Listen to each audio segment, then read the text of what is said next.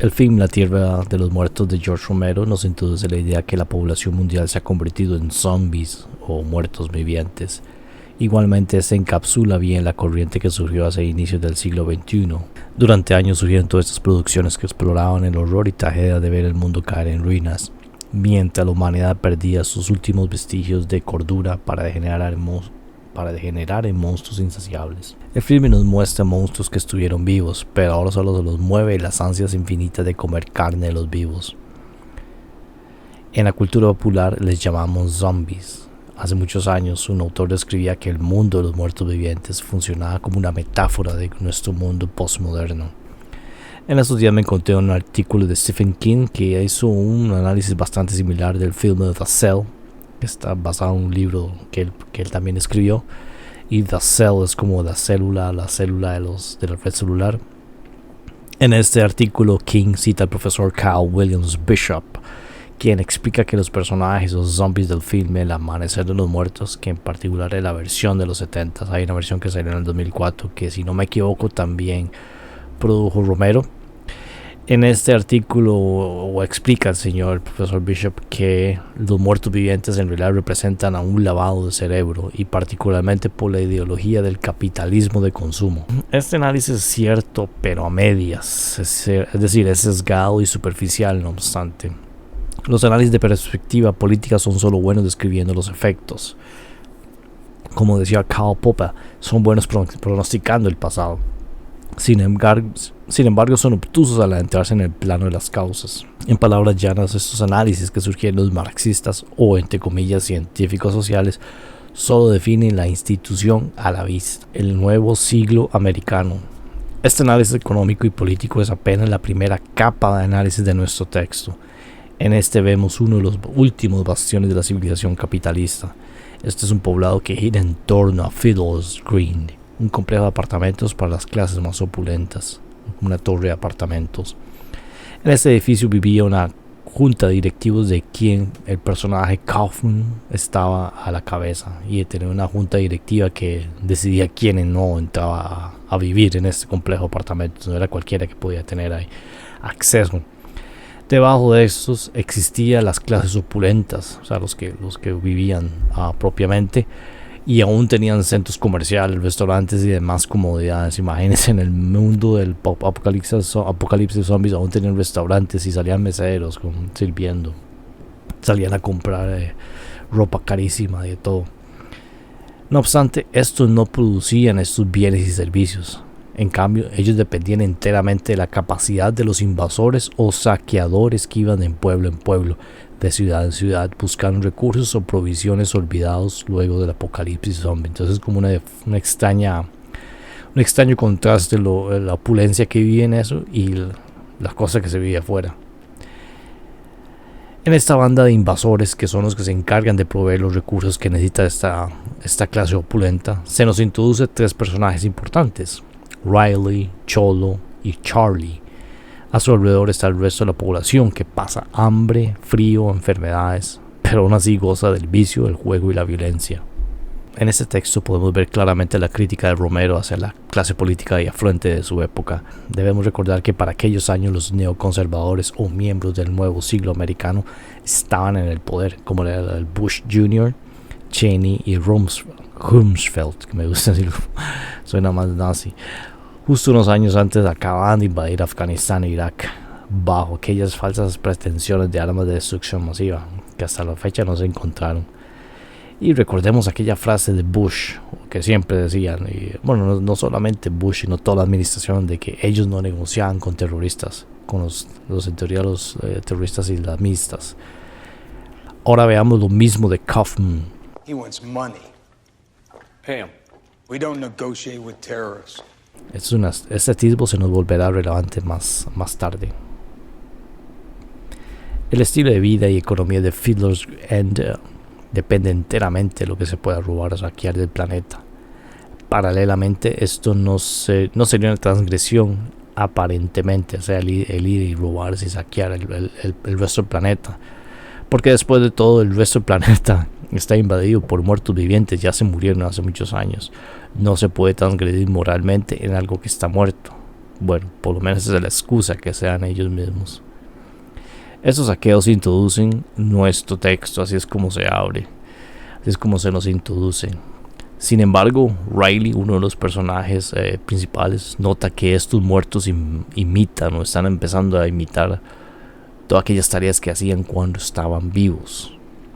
Incluso uno de ellos parece ser el líder y que los guía. Es el único que parece estar un poco consciente de lo que está pasando a su alrededor, que es el Big Chief, lo ponen como en los créditos, que es el que parecía como un vestido de mecánico. Aquí no se nos introduce un tema más profundo, este aparente simulacro de vida que va más allá de la simple crítica política y social y económica. Las flores en el cielo. El autor nos adelanta que las clases bajas están distraídas por las drogas, sexo, juego y violencia. Este es el círculo que Riley nos adentra. Particularmente vemos que los vivos son egoístas y perversos. Por ejemplo, el trabajo secreto de Cholo era matar a los insurgentes y desechar sus cuerpos en cajas como si fueran basura. Eso también nos lo introduce al puro principio. Que Riley pregunta, ¿dónde está Cholo? ¿Dónde está Cholo? Que ya vamos a hacer la búsqueda de recursos. Además está la escena en que Riley enfrenta a Chihuahua. Y descubrimos que una mujer, Slack, es entregada a la arena para hacer una arena como de pelea. Como las que uno ve a veces en MMA o estas peleas de juegos marciales mixtos. Solo que aquí lo que ponían a pelear eran zombies. Y esta vez la pusieron a ella como carnada. Como para ver cuál zombie gana contra el otro, con tal de conseguir comerse a la muchacha. Y esto lo están haciendo como entretenimiento para las masas. O sea, todo el mundo vitoreaba y hasta apostaban dinero por eso. Obviamente Riley entró y detuvo esto, y justo en ese momento casualmente apareció la policía, y lo que hizo fue arrestar a Riley, Charlie y Slack, no al que apostó o a Chihuahua. Bueno, Chihuahua ya estaba muerto, sino a la víctima y a los que se detuvieron la acción o detuvieron el entretenimiento, por así decirlo. Cuando están arrestados, Slack empieza a decirle que realmente están ahí por culpa de Kaufman, que ella la condenó Kaufman. Así que a pesar de que en teoría Chihuahua era el que manejaba las cosas, en realidad el detrás de bastidores el que maneja todo es Kaufman. Y ahí se nos adelanta que Slack aparentemente es un miembro de una resistencia con Morrigan. Slack nos introduce la idea que las drogas y todos los vicios son ahí puestos por Kaufman. Todo lo que maneja, creo que dice todo lo que se pueda joder, consumir, comer o comprar, Kaufman lo maneja. Claro, esto no lo hace no lo hace directamente, no se ensucia las manos. En cambio pone un delegado que es Chihuahua, el enarillo con el traje morado. Así pues, nadie pensaría que el director ejecutivo irrespetable como Kaufman estaría involucrado en el bajo mundo. Claro, más tarde, en el momento de crisis, Kaufman nos describe justamente esto. Veamos. It was my ingenuity that took an old world and made it into something new. I put up the fences to make it safe. I hired the soldiers and paid for their training. I kept the people off the streets by giving them games and vices, which cost me money. De esta manera el autor nos entrega un texto en el que critica la sociedad de su tiempo. En este vemos una clara estratificación de la sociedad. Primeramente, esto es personificado por Kaufman, quien es la personificación de la clase opulenta y los amos y señores de Fiddler's Green. También reprime cualquier forma de resistencia ante su hegemonía. Quiere estar ahí y no quiere que se salga de sus planes. Y no solamente la combate, sino que también la inhibe. Que eso es lo que hace con las distracciones del bajo mundo, como la droga, la prostitución, la violencia, como forma de espectáculo. Sin embargo, a pesar de manejar los hilos de la sociedad, como dije, no se ensucia las manos. Porque por un lado tiene Chihuahua, que administra todo este círculo de drogas, de todas estas peleas que ponía a hacer, y era el dueño del bar también. Y además tiene a Cholo por el otro lado, quien es realmente el mercenario quien asesina y desecha a los insurgentes. Droga corporativa. Este texto hasta el momento nos está diciendo algo muy, muy, muy poderoso. En pocas escenas y en pocas palabras nos dice que los círculos de poder son los mismos que manejan el AMPA. Y de hecho esta idea no es nada nueva.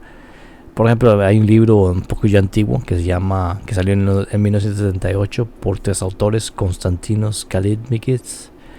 Suena como griego, entonces seguro maté la pronunciación. David Goldman y Jeffrey Steinberg, que publicaron entre los tres el libro Droga Incorporada, en inglés se llama Dope Inc., que hace un exhaustivo estudio de la historia del negocio de la droga hasta aquellos años. Y en parte de sus conclusiones adelantan que el negocio de los estupefacientes es propiedad de las coronas británica y holandesa. Ambas coronas están en esto. Y de hecho, hace hasta muy poco este negocio de la droga era lícito, era legal, no se combatía con, por lo menos de la manera superficial que se hace ahora. En este libro, por ejemplo, ellos describen: a más tardar de 1927, estadísticas oficiales británicas demostraban que las ganancias del opio gubernamentales, excluyendo las más expansivas figuras del mercado negro, recuentan porcentajes considerables de los ingresos totales de todas las mayores de las colonias de la corona en el lejano oriente. Y algo que no puse aquí, pero ellos entran en detalle lo que eran las guerras del opio, que literalmente ponían a la flota británica en los puertos de China y exigían al emperador que abriera el mercado para el consumo de opio, que luego por lo que describen era que se producía en lo que ahora conocemos como Bangladesh y se introducía y vendía a los chinos. Y luego, y no solamente, sino que también armaron lo que se llama la mafia Tong, que en realidad en apariencia son chinos, pero realmente trabajan para la corona británica. Y luego esos Tong eran lo que introduciría los estupefacientes en Estados Unidos. Los autores estudian que el negocio de drogas está muy alejado de esta visión hollywoodense que nos dicen que solo la gente más pobre que la que vende droga en los barrios urbanos marginales. Eso es parte de la realidad, pero en realidad es un negocio altamente lucrativo, donde los empresarios e industriales más astutos y voraces son los que lo dominan. En su libro concluyen: reunido como una sola imagen, la evidencia sólida disponible de la Administración de Control de Drogas y otros cuerpos judiciales deja solo una posible conclusión: la industria de la droga es manejada como una sola operación integral mundial, desde la amapola hasta la dosis de heroína vendida en la esquina de las calles de la zona urbano marginales.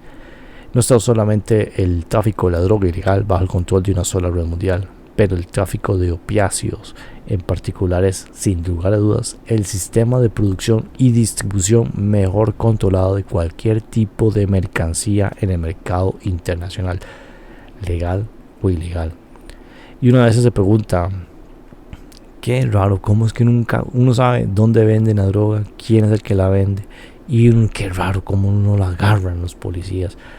O dice: es que los policías lo agarran, pero los jueces lo sueltan. En realidad todos están en lo mismo.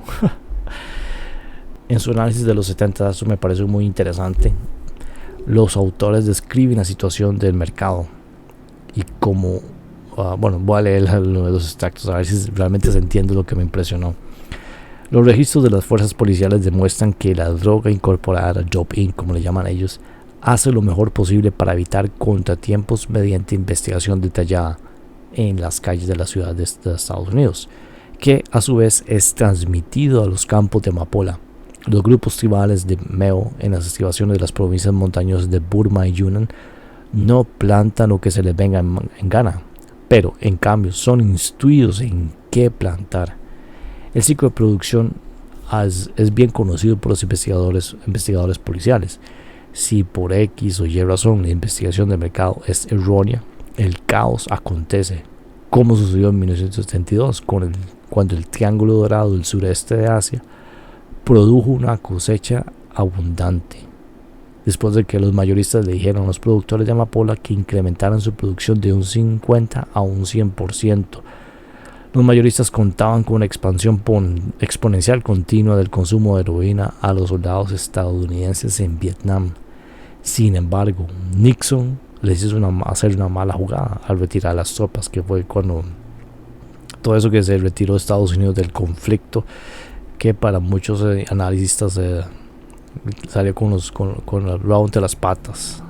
Les pateó el culo el Vietcong, por así decirlo, porque la mayoría de combatientes eran carajillos, la mayoría que se entraban a servicio a los 17 años y iban más por lo menos lo que da la idea es de que no era una guerra de políticos, una guerra de militares, donde era el mantener el constante presupuesto armamentista funcionando más que conseguir objetivos para ganar la guerra. Y entre esos presupuestos armamentistas obviamente era mantener el control de la droga. Bueno, pero cosa interesante, hubo un superávit, que fue lo que nos estaba explicando los autores con ese párrafo, y quedó un montón de droga que estuvo sin consumir, pero los productores no asumieron la pérdida. En cambio fueron al gobierno de Estados Unidos y exigieron que les comprara esas toneladas. De hecho, lo que me acuerdo en el libro fueron 22 toneladas de opio que Estados Unidos se las compró al gobierno de Tailandia directamente, y frente a los representantes del gobierno de Tailandia los quemaron quemaron todas estas toneladas de opio y no las vendieron directamente al mercado, porque si introducían todo ese opio al mismo tiempo en el mercado estadounidense o ya sea el europeo, al haber un superávit, los precios de consumo iban a caer. Entonces todo esto es una industria que nada tiene que ver con esto que nos venden a veces en la televisión, de que es un misterio. ¿De dónde aparece la droga? Si es que son los cárteles, pero que se escabullen se escabullen de aduanas o compran unos cuantos manzanas podridas dentro de la policía. No hay nada que ver. Claro, a esto lo que nos está diciendo hacia aquella época, hacia finales de los 70s. Ahora voy a leer como estas conclusiones, esta lista de conclusiones que tienen ellos, que voy a amarrarlo con algo más cercano. Dicen: las operaciones bancarias de la oligarquía anglo-holandesa tienen las siguientes cualificaciones: han operado el negocio de la droga por siglo y medio, dominan los centros bancarios fuera del alcance de las fuerzas policíacas. Casi todos los centros bancarios poco regulados y en paraísos fiscales están bajo el control político de las monarquías británicas, holandesas y sus aliados. Ellos dominan todos los asuntos bancarios en el corazón del tráfico de narcóticos, el Banco de Hong Kong y Shanghái, creado en 1864 para financiar el tráfico de drogas. Por ejemplo, ellos dominan el control del tráfico internacional de oro y diamantes, un aspecto necesario de mercancías rígidas en intercambio por drogas. Ellos incorporan, documentados y más adelante, el ámbito complejo de conexiones al crimen organizado, al grupo de poder legislativo pro droga en Estados Unidos y todos los elementos requeridos de distribución, protección legislativa. De hecho, hace poco estaba leyendo de que incluso la legalización, por ejemplo, en Holanda creo que se dio ese ejemplo de que más bien se redujo el uso, el consumo de droga, porque muchos lo hacían como forma de socialización, que iba a comprar droga con fulanito y hablaba con fulanito y mantenía ese círculo de, entre comillas, amigos para consumir droga. Pero el momento que se volvió una mercancía, como ir a comprar pan, usted va a comprar la droga y no necesita contactos o círculos sociales o conexiones para llegar a ese consumo. Puede ser cualquier anónimo que compre con solo tener acceso al dinero, y se pierde ese aspecto social, que a veces lo que pasa a uno. Por ejemplo, yo carajillo fumaba y siempre hacía conexiones y tenía buenas conversaciones con la gente que fumaba.